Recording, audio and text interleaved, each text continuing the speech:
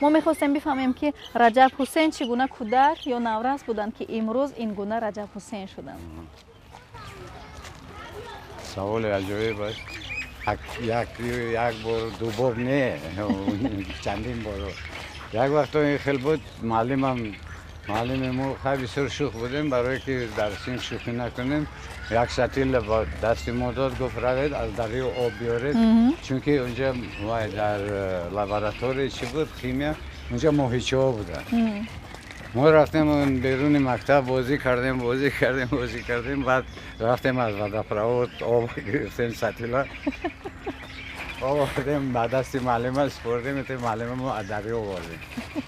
اون درون ماهی ها میرزه فردا میبینم ماهی ها هم مرده است. بالا رو بالا. این حادثه هم بود. یا اینکه یک معلم نمیسی داشتیم زبان نمیسی درس میدادن. بعد جنگ سال 47 48 سالا بعد همین در مکتب ما یکم آشیانه صنفی ما بود. اون معلم می اومد و تا ژورنالش پر میکرد خیلی یکتا میپرسید. مثال میگو حسین من گفتم زدیس هستم فلانی هستم تا وای اینو میکرد تریزه وای تپ از تریزه میپریدیم میرو کدوم نمیسی کجا وقت خید کرد. یعنی برای آنکه شما درس نمیسی رو دوست نمی‌داشتید یا عموما درس خوانی رو دوست نمی‌داشتید؟ عموما همین کوچه هم مقبول بود. کوچه بهتره. بعضا میشد که می اومدم از خونه اون وقت سمکوی و یعنی که چیز پرتفیل لاتگی بود اون وقت خیلی چیزا چرمی نبود. بعد از خونه می اومدم همون سمکه بالای بام می پرتوتم رفیقا کته می رفتم باغ باتانیکی نزدیک بوده دریا یک روز دو روز وقتی که روی خونه از همون پیش مکتب میگذارید و پدرم میگذارد معلم میگم تو آخر سرتون چی تابش نیست می چرا نمیبید دو سه روز از مکتب نیست. پدرم خبردار میشد بعد لط میکردم بچگی بعد آهسته چه خیلی شد که شما علاقه به کرژاک‌های مکتبی یعنی اشتراک میکردگی شده؟ بعد در صنف شاید در صنف هشتم بود بود اون وقت دام پیانیرو بود خونه پیانیرو درست است.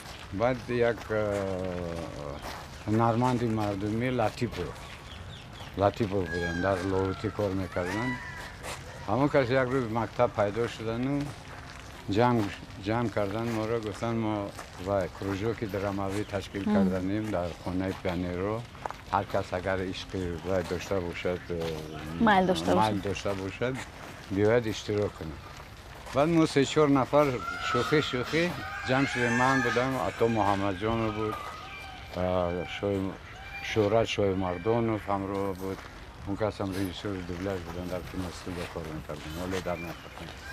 خلاص رفتیم همونجا. بعد مرگی سودخور بود چی بود ما رو همین یاد میدادن از همونجا. بعد آهسته شوق پیدا کرده بعد با همین صنعت مایل کرده. بعد ختم مکتب رفتیم امتحان سپردیم در شهر تاشکند. همین خیلی سبب بوده است. خیلی شد بعد رفتیم تا حاضر رفته شدیم. در شهر تاشکند یعنی سفر کردید پدر و مادر مانع نشدن برای که این کسب رو انتخاب کردید؟ عموما نمیدونستم که من باید ما اینجا امتحان سپردیم در دوشنبه سپردیم امتحانا رو. بعد گفتن وقتی خونش میاد یک بار با انستیتوت داخل میشه. اینو اهل خونه پدر مادرم خبر نداشتن. اگر خبر می‌داشتن راضی نمی‌شدن. من باوری دارم که راضی نمی‌شدم چون که پدرم آدم حربی بود. می‌خواستن که با راه پدرم را. مادر چیکار می‌کردن؟ مادرم وای بودن در آشخانه آشپز بودن. پاور میگیم چی میگیم؟ یعنی پدر و مادر سختگیر بودن؟ نه مادرم خیلی مادری مهربان بودن تا حاضر من پاس خاطرشون عموما دوست می‌دارم.